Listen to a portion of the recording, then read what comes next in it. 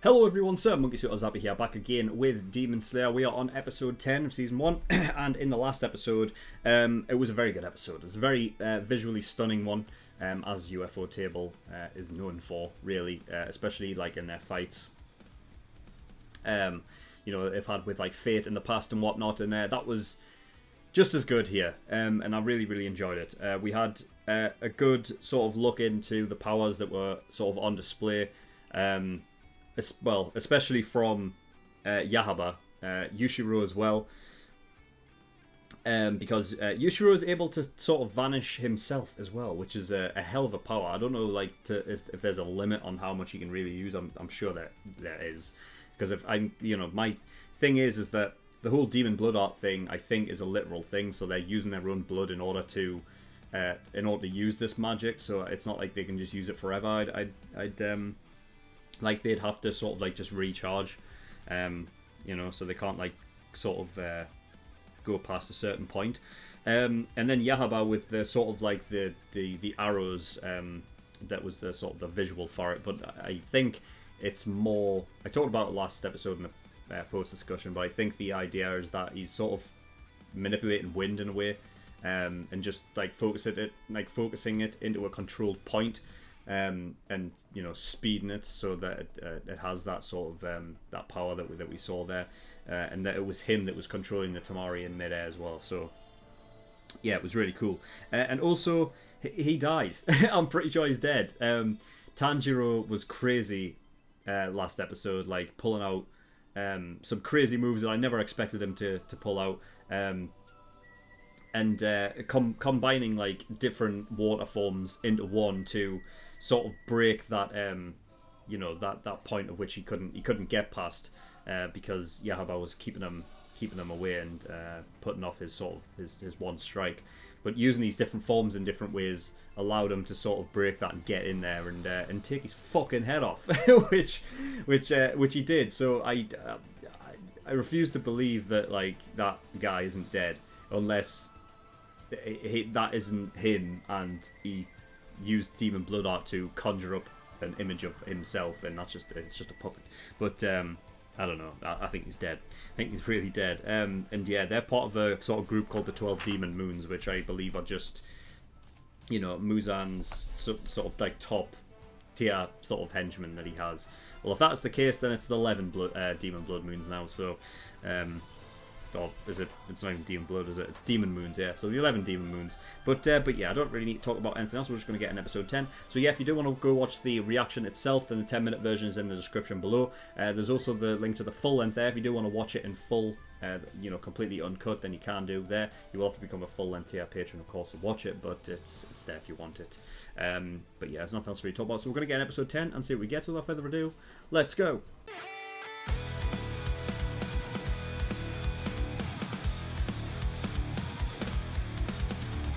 Okay, episode 10. Right, full page written down for that one. There's a lot there, a lot to get into. So, first of all, from the sort of like the little after credit scene skits where they give like a little tidbit that sometimes doesn't really matter, but I guess sometimes they do. I don't know if Tanjiro will ever refer to his crow as Tenoji.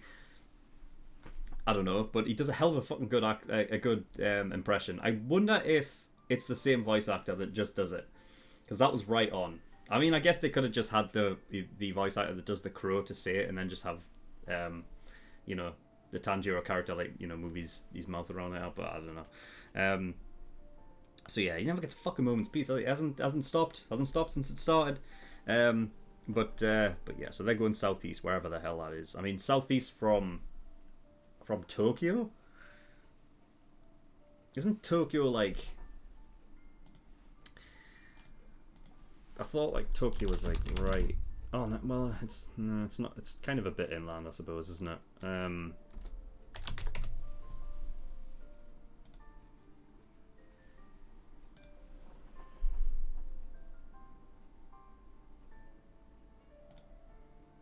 The map of Japan. Tokyo's like southeast, so they'll be going like towards Chiba, I guess.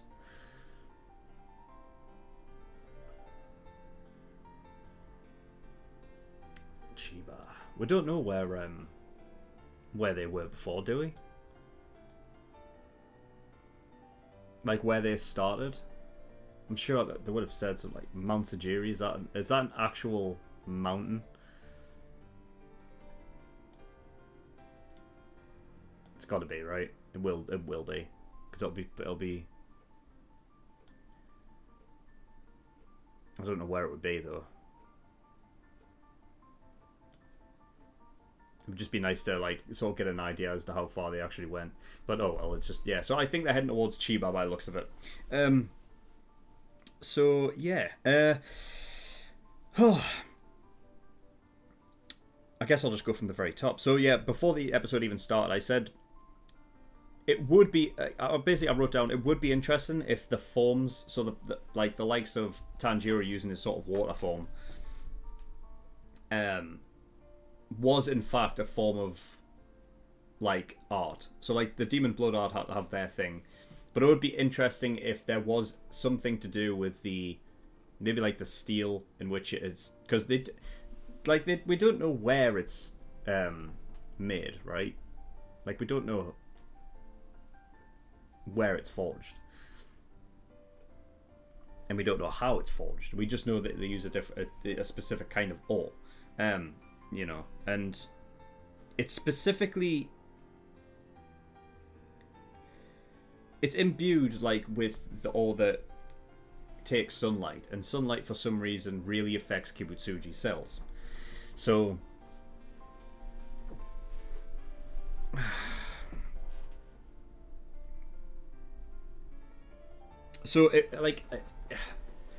I'm almost thinking of it as like a kind of like a sun and moon situation, where like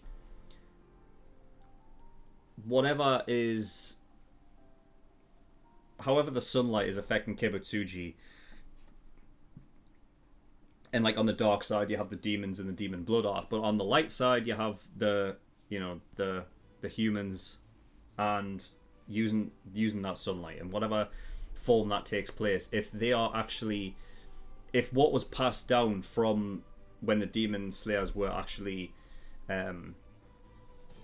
formed from that like very top, like maybe they like the practices that they are using and they are teaching the kids like underneath, like under them, and eventually that it goes down, like all knowledge of like doing these techniques might just be have like been long forgotten, but what they're actually doing is they're actually using a form of blood art by initiating these techniques with their sword.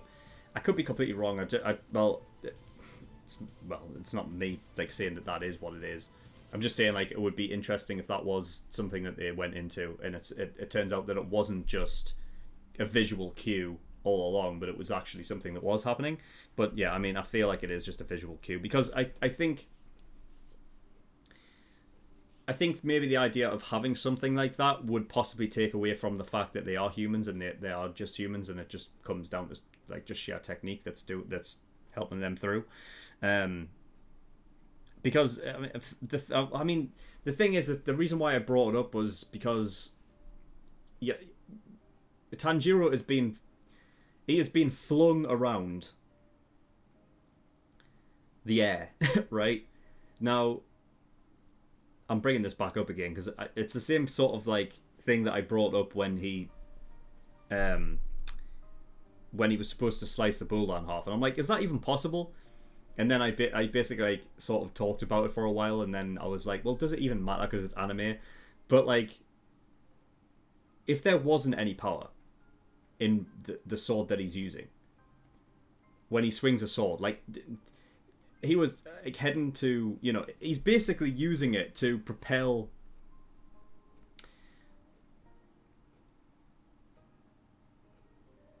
Actually, you know what? No, I might be wrong there, because I think what he's doing is he's attacking the arrow, right? He's not attacking, like, he's not like hitting the ground.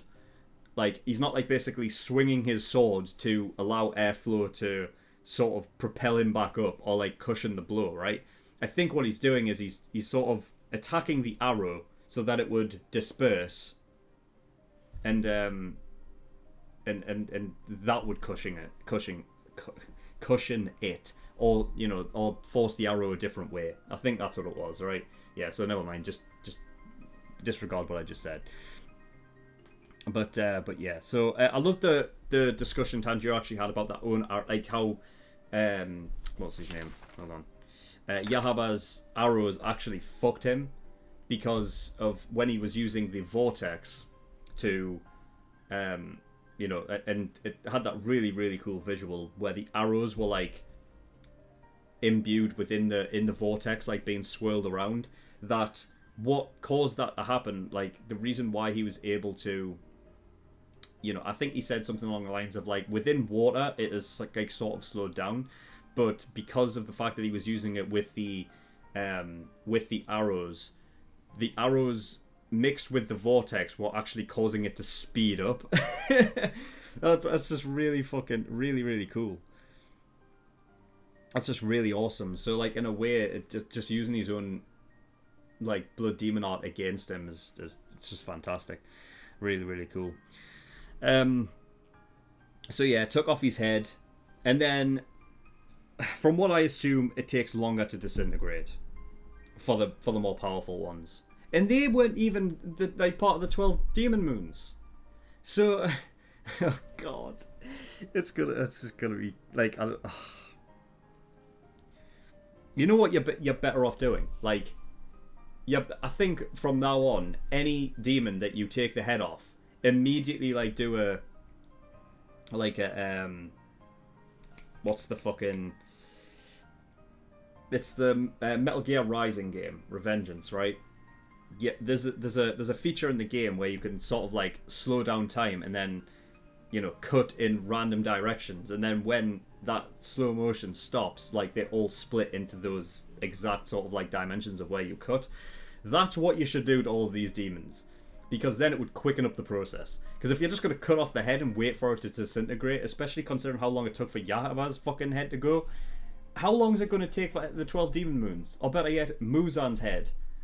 Is it ever going to disintegrate? Give it some years, it may fucking eventually get there. You're going to have to literally just slice it up and just keep slicing. Insane. I mean, God, how long he was in the air for? That whole time. But yeah, eventually died. And then we had a match of Shaolin Soccer between Susumaru and Nezuko. Again, like I said during the reaction, but if any of you guys have seen that, then big ups to you, because that movie's great, man. It's basically like a mixture of football, sort of, soccer, martial arts, over the top martial arts. So think of it as like Dragon Ball Z, but with football. Like I'm telling you, they must have gotten that from Shaolin Soccer. I refuse to believe they didn't. They did that in Shaolin Soccer, like to the point where they would literally just smashing the ball, like kicking it at each other straight back and forward. And I think, if I remember correctly, it's been a while since I've seen it, but like over the course of like them doing this, like their like shin pads, and I don't even know if they wear shin pads, I can't even remember. But either way, like whatever piece of clothing or anything or protective gear that was going there was like wearing down every time they were doing it. It's just it's a ridiculous fucking movie, man. But it's so good. But I love the fact that they brought that in there. That's great. And then they also came out, I guess, the confirmation that Nezuko gets stronger the longer the battle goes on. I don't know what that is based on. Whether it's an inherent thing with their bloodline or something like that. Like something similar to the Ackermans and like Attack on Titan. How they like have their bloodline just has this innate sort of like ability that is passed through them. Whether it's something like that, I feel like it is. It's got, well, in one way or another, it has to do with their bloodline, right? So, whether that is what it is, I don't know.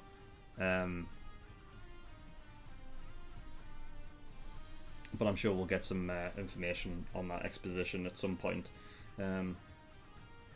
So yeah, and then we had Tamayo step up, which is great. So it looked like it was a different form of demon art to the one that she used a couple episodes ago, when what she used against the humans. So she has like a demon art that works like as a sort of like a smoke screen or an illusion kind of thing. It seemed like she uses illusionary powers, and it was basically I think, what was it? Yushiro explained it as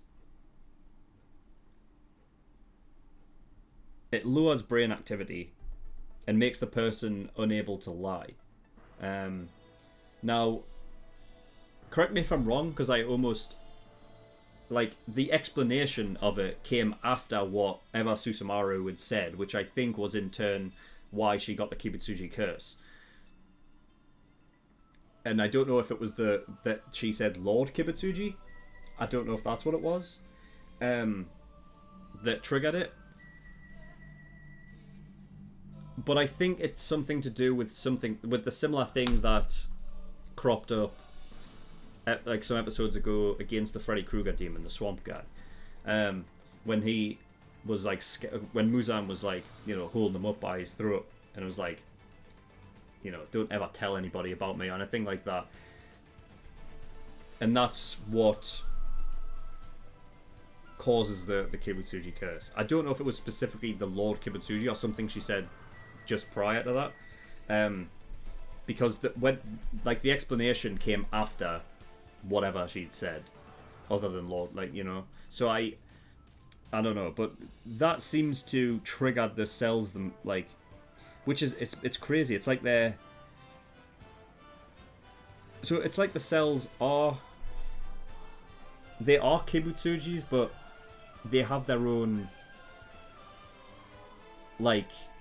it's like they have their own code, like their own sort of like commands or whatever. I don't know.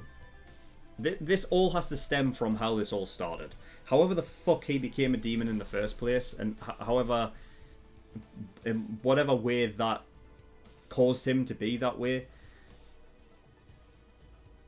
there has to be I need more information on how that works. Because it's not going to be a case of Kibutsuji is aware of what had happened, so therefore he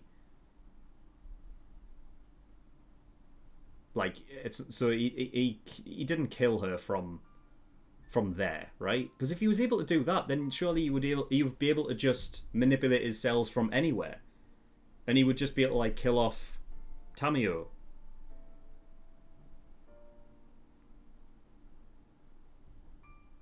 Right?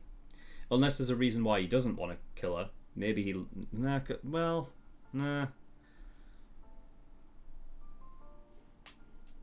I don't know. Maybe he actually does love Tamayo, and that's the reason why he wouldn't kill her. Maybe there was something with that. Maybe that's why she knows in particular why,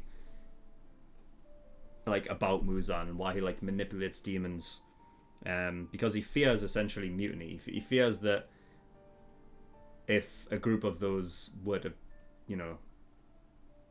team up and then go against him,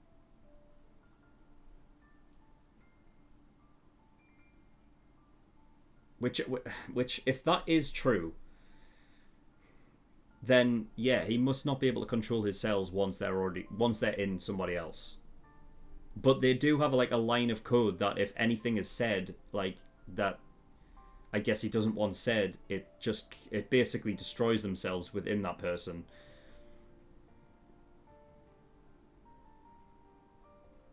The thing is, does it? That's what it said in the subtitles. It said that they destroy. It does say that, doesn't it? I have to go back and I have to make sure, because otherwise I'll end up getting this wrong.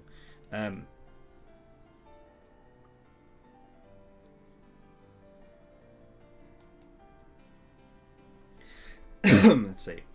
So her physical body will be destroyed by Kibutsuji cells still in the body. Oh, right, okay. So it's not that the Kibutsuji cells destroy themselves. Um, so it's essentially, I guess, doing something relatively similar to what he did to the woman a few episodes back,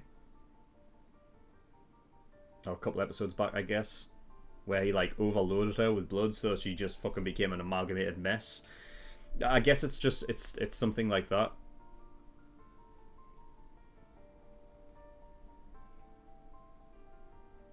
And that's what happened.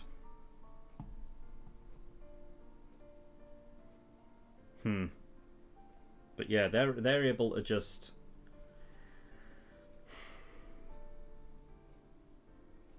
Yeah, I don't think Muzan has any idea about what happened there. I think it's just that's what he implants in demons before he sends them out, and that's his way of manipulating them. So that if ever they do say something, the cells themselves are triggered by that, and then they activate and do that. I think that's what happens. I was about to like sort of say that maybe it is a case of Muzan does know about that, and let's say he does actually love Tamayo in that way, so therefore he wouldn't kill her from afar, even though he has access to Kimutsuji cells within her. But also for the fact that he hasn't seen Nezuko yet, right? Because Tanjiro left her when he went to see her that time, which would be like that sort of convenient kind of storytelling to where, because he is unaware of Nezuko at this, but then it's going to get to a point where he's going to know about her, and then what would stop him from just doing it then? You know what I mean? So, but then it could be a case of because she is part of the Kamado bloodline that it doesn't work that way. You know, there's so many things, man. God, fucking theorizing, man. But this is why I love these shows that allow me to theorize. It's great. So, what's next? Yeah, so Tamayo was actually referring to it as the 12 Kizuki in this episode, whereas in the last episode it was demon moons. I don't know if that is the same thing, or it's just like referred to differently because she's a different character, or they just had someone else doing the subtitles. Who knows? Who fucking knows? God knows. But yeah, so they basically said that Susumaru wasn't actually one because they have numbers engraved on their eyeballs. Anime loves numbers. They fucking love them. They love having a group of people that are referred to as a number followed by whatever it is, and they all have a number engraved somewhere on their body. Bleach did it. Hunter x Hunter did it. Now Demon Slayer's done it. I'm sure there are more anime out there that have actually done it. Probably some that I've actually watched, but I just can't remember. But yeah, they love their numbers. So yeah, it's supposed to be.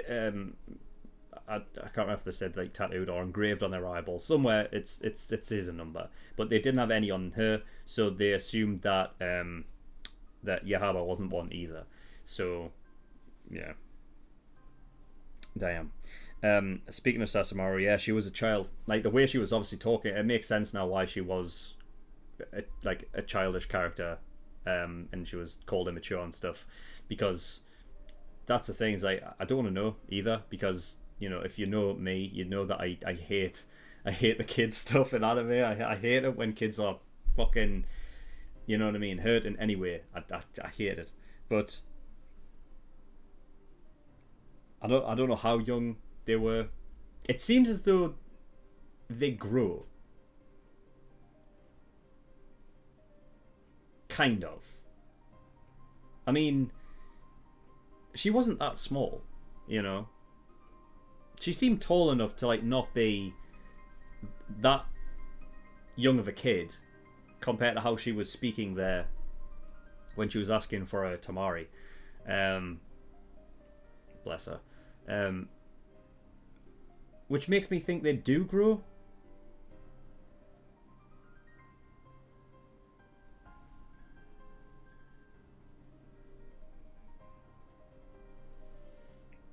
but you would think that when you've got like the likes of, Tamayo being over at least like more than 200 years, and she looks a finer woman as she does, that they stay in that appearance and their look and everything like that from when they were turned. Because even Yushiro did. Like he looked the same from when we saw him. I was actually interested when it was going through this episode, and Nezuko was like actually like he was seeing them as when they were like younger or in different forms. Nezuko saw Tamayo as like that nurse, and she saw Yushiro as like a little kid. So I think what that is that's the suggestive nature, like the suggestive thing that Sakonji was giving her while she was sleeping at work. And because even though they're demons and she's seeing them as human, she's seeing them when they were human. So she was a doctor beforehand, before she was turned, I'd imagine. And she was seeing Yushiro when he was a kid, so when they were human. So she perceives them as human. That's what that whole thing was. And also in relation to that as well, Tamayo basically, when she was asking him when he was essentially on his deathbed, like, do you want to be a demon? It's like losing your humanity will be painful, and you'll suffer grief. You'll suffer pain and grief. And I think that's the reason why at the end there, Yushiro actually took to her, even though he was being a bit of a tsundere about it.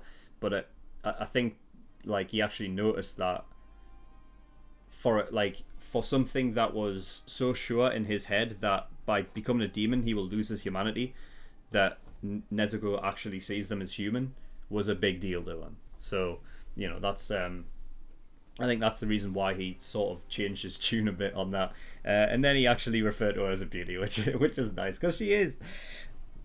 So yeah, really cool.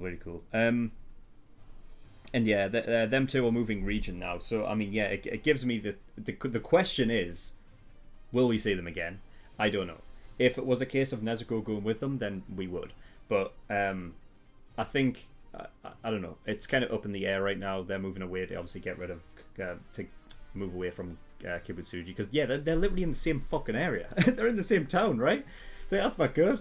That's very fucking close. I mean, it could be a case of Kibutsuji like moving around as well. But yeah, the question that arises from this is what's gonna happen with the demon guy and the woman.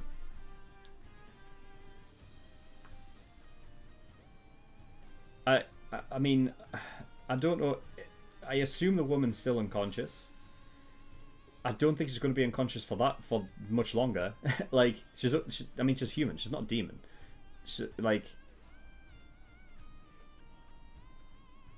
I guess it could be a case of Tamayo being able to keep her unconscious, like using her demon blood art. Maybe that's a thing. And the idea is to keep her unconscious until they're able to, find a cure for the guy, which it's a bit fucked, but I mean, I guess it makes sense. Otherwise, I mean, that's the only reason you're going to be able to get them out. But how do you do it? How do you Oh, wait a minute. Concealment. If Yushiro is able to use that, then he could. I guess that's probably the best way they could transport them, right? It's still got to be like a tough job though to transport them. But yeah, what else? Oh yeah, back to the Kibutsuji things, because so the cells. I put like the cells destroying themselves, but like obviously that was wrong. It's just they destroyed the physical body of the person. But that sort of ties in with the idea that demons, yeah, they can't kill each other, which is obviously a question that I had before, which is like, yeah, it would make sense that they would not be able to kill each other, because like demons don't wield any valid weapon that is used against a demon slayer. Like, they don't have that sunlight ability or anything like that, so it wouldn't work. But I wrote down, because it actually makes more sense on a molecular level and I guess a more factual level, that like demons can't kill each other because technically the demon within them both is all Kibutsuji cells, and Kibutsuji cells aren't going to kill themselves. So that makes sense. that just totally makes sense. So yeah, that's really cool. And also just the fact of, like, you know, because it seems like they could, if they wanted to, destroy themselves. I would think that they would have to, if in regards to, you know, the Kibutsuji curse, if they were destroying the physical body of one thing, they would just have to become nothing, right? Because they wouldn't just... Because the Kibutsuji cells are the ones that have the regenerative power, right? So they would have to destroy themselves afterwards, otherwise, what would they do? But yeah. Tamayo pointed out as well that the young and elderly are actual like they tend to be perceptive to demons, so that's something to keep an eye, like, you know, to keep in mind. Which is interesting. Like, we don't know because it's been such little time, but does that mean, like, Muzan's daughter, maybe she has some kind of inkling? But then it could just be a case because it's Muzan and he's so powerful that he's able to sort of, I don't know, get rid of that. But then there were, like, drunk people that were able to see how pale he was and everything, so I don't know. The young and elderly, though. So yeah, that's definitely something to keep in mind there. And yeah, I think that's it. I think that's all I've got. So yeah, great set of episodes there. Enjoyed those both. And yeah, Tanjiro's on to his next assignment without any break whatsoever. So cool shit. But yeah, that was all I got. So thank you everyone for watching. If you want to go and watch episode 11 and 12 straight away, then you can do by going over to my Patreon and becoming an early access to our Patreon. $5 a month. That'll give you access to each of these shows a week early. So, you know, after watching this, you can go watch episode 11 and 12 right now if you want. There's also full length there as well, so if you want to watch any of these episodes in full, you can do. There's also other tiers there where you can pay to have a show reacted to as well, so if you want me to react to a show, go look at those tiers and see what they offer. And there's also a link to the Discord down there as well, so if you want to get over there, ask some questions, feel free to do so. But that's all I've got, so thank you for watching. I'll see you all next time. Bye bye.